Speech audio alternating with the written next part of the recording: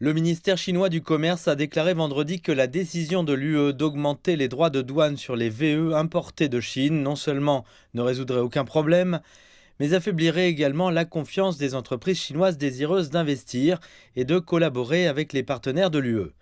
Le même jour, la Chambre de commerce de Chine, basée à Bruxelles, a exhorté les 27 États membres à faire preuve de prudence en retardant l'application des droits de douane et à s'efforcer de résoudre les différends et les divergences par la voie des négociations. Le vote visant à imposer des droits de douane allant jusqu'à 45% en plus des droits d'importation existants fait suite à une enquête anti-subvention de l'UE qui a conclu que les importations de véhicules électriques en provenance de Chine faussaient le marché européen. En observant l'ensemble du processus de l'affaire anti-subvention de l'UE, tant en termes de procédure que dans les faits, on constate qu'il est injuste, déraisonnable et incompatible avec les règles de l'OMC. L'enquête anti-subvention est apparue pour la première fois dans le discours sur l'état de l'Union de l'UE en septembre l'année dernière, ce qui a donné lieu à des soupçons de politisation. Le lancement de l'enquête du début à la fin n'était pas basé sur les dommages signalés par l'industrie automobile, mais sur la spéculation, ce qui est une pratique typique du protectionnisme commercial. Malgré le vote de vendredi, la Chine se dit ouverte aux négociations pour parvenir à un accord et éviter l'introduction de droits de douane plus élevés.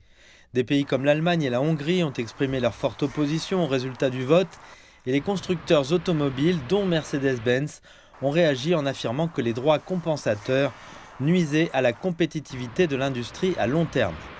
La Commission européenne, pour sa part, déclare que l'UE et la Chine continuent à travailler dur pour explorer une solution alternative qui devrait être contrôlable, applicable et pleinement compatible avec les règles de l'Organisation mondiale du commerce.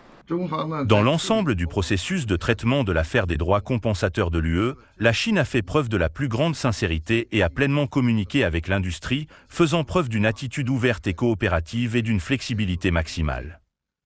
Toutefois, l'adoption du projet de décision finale est décevante, l'opposition des États membres et le mécontentement de l'industrie n'ont pas été pris en compte.